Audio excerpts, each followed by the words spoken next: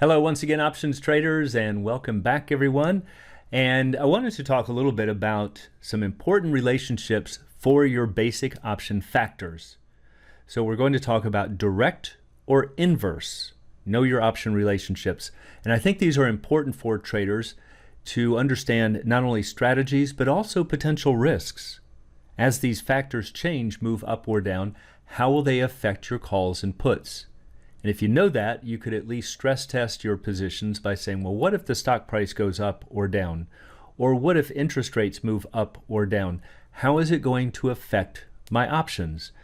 So I've talked about all of these factors in individual videos in the past, but let's put them all into one to make sure that you understand. So what are we talking about with direct or inverse? Well, under the Black-Scholes model, at least under the original one, there were 5 factors, which are these top 5, and then later it was amended to include dividends. So this is really the table that you want to understand. You don't need to memorize it. I'm going to show you in just a moment the logic behind these and where it's coming from, and that will help you to understand the table. But you should be able to just reel these off quickly. If somebody says, for the stock price, is it a direct or inverse relationship for the call or the put? So what this means for the stock price for calls, it is a direct relationship. And what a direct relationship means is that if the stock price is up, the call price is up. If the stock price is down, the call price is down. Do you see how they move in the same direction? They are tied together. That's what it means to be a direct relationship. For the put, it's an inverse relationship. They move in the opposite direction. So if the stock price is up, the put price is down. If the stock price is down, the put price is up. So do you see how they move opposite of each other? That's what an inverse relationship is. So go through each of these rows, make sure that you know them. Exercise price will be an inverse relationship for calls and a direct one for puts.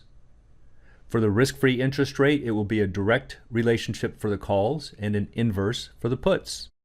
For volatility, it will be a direct relationship for both. Higher volatility means higher option prices, whether calls or puts, and lower volatility will lower call and put prices. For the time to expiration, it's also a direct relationship, exactly like it is for volatility, and you'll find out why in just a moment. Direct for both. What about dividends? Dividends for calls create an inverse relationship, but a direct relationship for puts. Now, another thing to notice that I've talked about recently is there is a way to equalize call and put prices. Normally, call options trade at a higher price than the puts because there is an interest rate. In today's environment, not much of one, but there's still one. So you will see that the at-the-money calls will trade for a little higher price than the puts. However, put options can get equalized if we increase the dividends. So notice here for the risk-free rate, it is a direct relationship for the calls because an increasing interest rate will benefit call prices.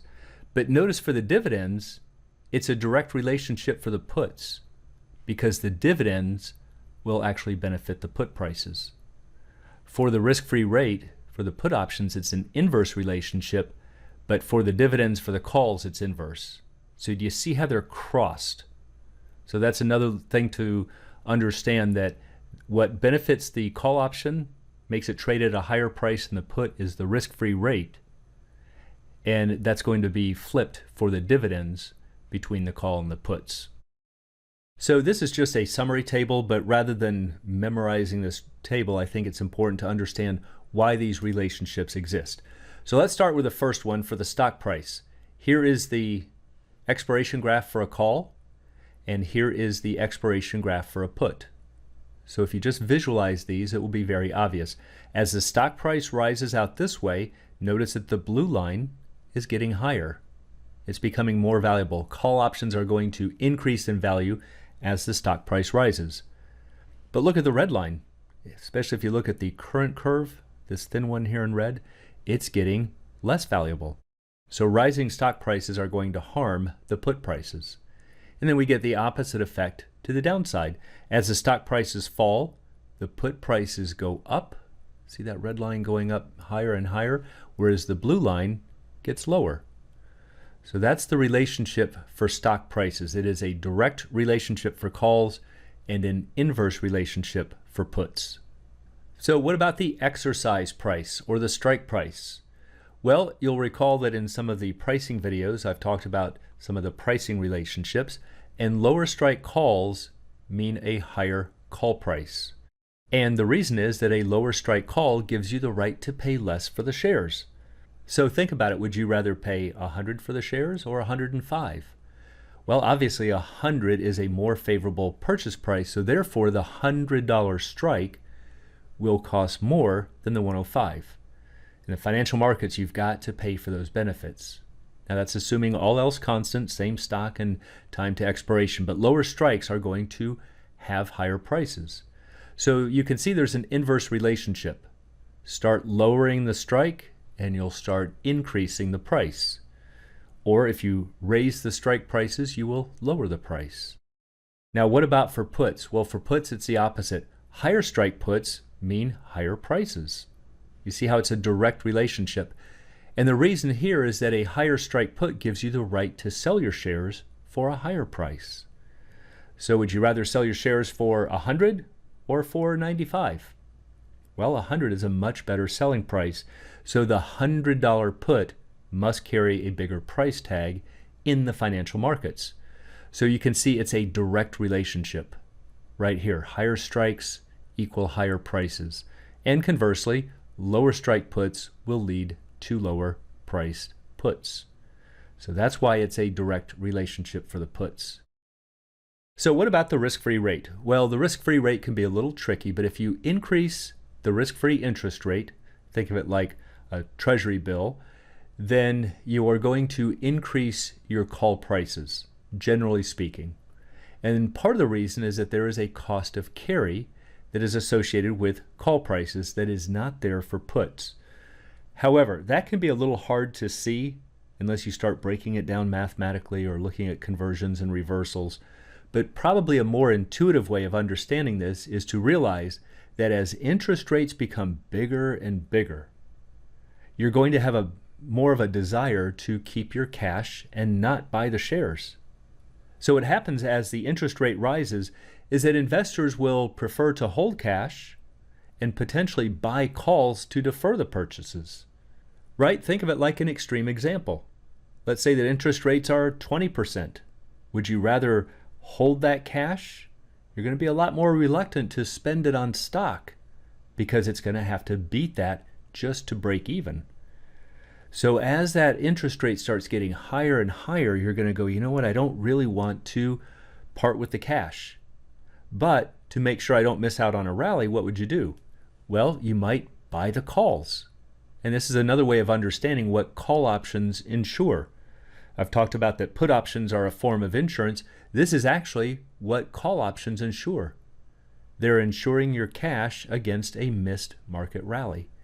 And so what will happen is that it's going to put buying pressure on the calls and therefore will have a tendency to increase call prices. So however you come up with the answer, it is a direct relationship. Increase the risk-free interest rate and you will increase call prices. Now it will have an opposite effect for the puts. It's going to decrease your put prices. And using the same analogy, you can think of it, if you've got a really high interest rate environment, not only do you not want to part with cash to buy the shares, you might actually be willing to sell puts to collect cash. And again, saying I'm willing to buy the shares in the future, but right now I just want to collect cash to take advantage of these very high interest rates. So investors might actually have the incentive to sell puts. And what will that do?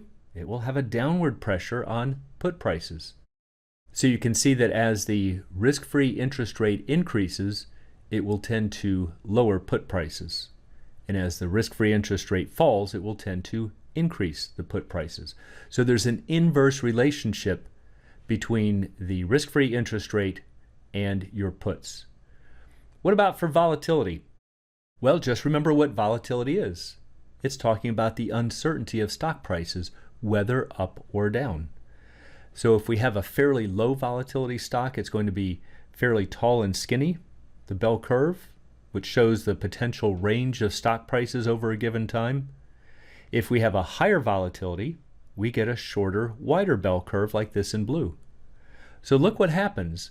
As we increase the volatility, moving from the red to the blue, you see how we get more area out here in the right tail? That means that there's a potential for call prices to have more value. So sure, traders are going to be willing to pay more for the calls. But we also get an expanded area out here to the left. So it also shows that investors should be willing to pay more for puts because there's also a bigger chance for the put prices to come into higher values. So just kind of visualize this bell curve getting wider, and you'll see that call and put prices must increase in value. So there's a direct relationship with volatility for calls and puts. Increase the volatility, call and put prices rise. Decrease the volatility, call and put prices fall. So what about the time to expiration? You're going, well, wait a minute, it's exactly the same picture. That's right, and I've talked about this before, where time and volatility are in a way the same idea. They affect options to different degrees, but you can still think of them as the same idea. I could keep volatility the same, but just change the time to expiration. So instead of saying that this is a low volatility environment in red and a high one in blue, I could say that both of these represent, let's say, 20% volatility. But the red curve is for 30 days and the blue curve is for a much longer time. So it's just two different ways of saying that we are giving the call and put prices the ability to be worth more money. I can keep volatility the same, but just increase the time to expiration. That's going to help the calls out here to the right, and it's going to help the puts out here to the left. So that becomes kind of easy. Time and volatility, just think of them as two different ways of talking about the same concept. Increasing time or increasing volatility will help calls and puts. So it's always a direct relationship. So those two are actually pretty easy. And then finally, what about dividends? Dividends are another one that can be a little difficult, but remember that dividends reduce the stock price on the ex-dividend date. So if it's a $100 stock that pays a $1 dividend, on that X date, that stock is going to trade for $99. You just have to subtract out the dividend. And that's because the company paid a $1 dividend out of cash. There's no way you can say that that stock is worth $100 per share anymore, because $1 per share just got paid out. So this is just a mathematical, automatic subtract out the dividend.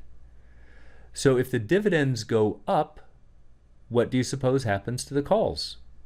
Well, if the stock price is going down, then the call prices are going to go down. And therefore there is an inverse relationship. And put prices will do just the opposite. They are going to go up. As dividends go up, the put prices will go up. As dividends go down, put prices go down. So there's a direct relationship there. Now, of course, in the real world, don't expect this to be too pronounced because investors know about upcoming dividends. So a lot of times the dividends get factored into the market prices. However, if you end up with a surprise dividend or a change in dividends, company announces we're no longer going to pay $1, we're going to pay $2. And this is the relationship it will have on your calls and puts. So keep these relationships in mind. Again, it will help you to stress test your positions and also uncover potential risks. I would also encourage you to go over to the OIC's website or to a pricing model, which we've talked about before, and challenge yourself. Bring up a set of call and put prices and say, what happens if I increase volatility? What happens if I increase the dividends? And see if you can get the right answers. It's a really important concept for options traders to know these option relationships. And for anyone who'd like to learn more about the art and science of options trading, please check out the Alpha Trader course, Strategy Lab, and a technical analysis course, now with over 30 classes in this course. You can find it all at optionsatoz.com. Also, please join us on the Facebook trading group, Options A to Z, and you can find a link in the description below.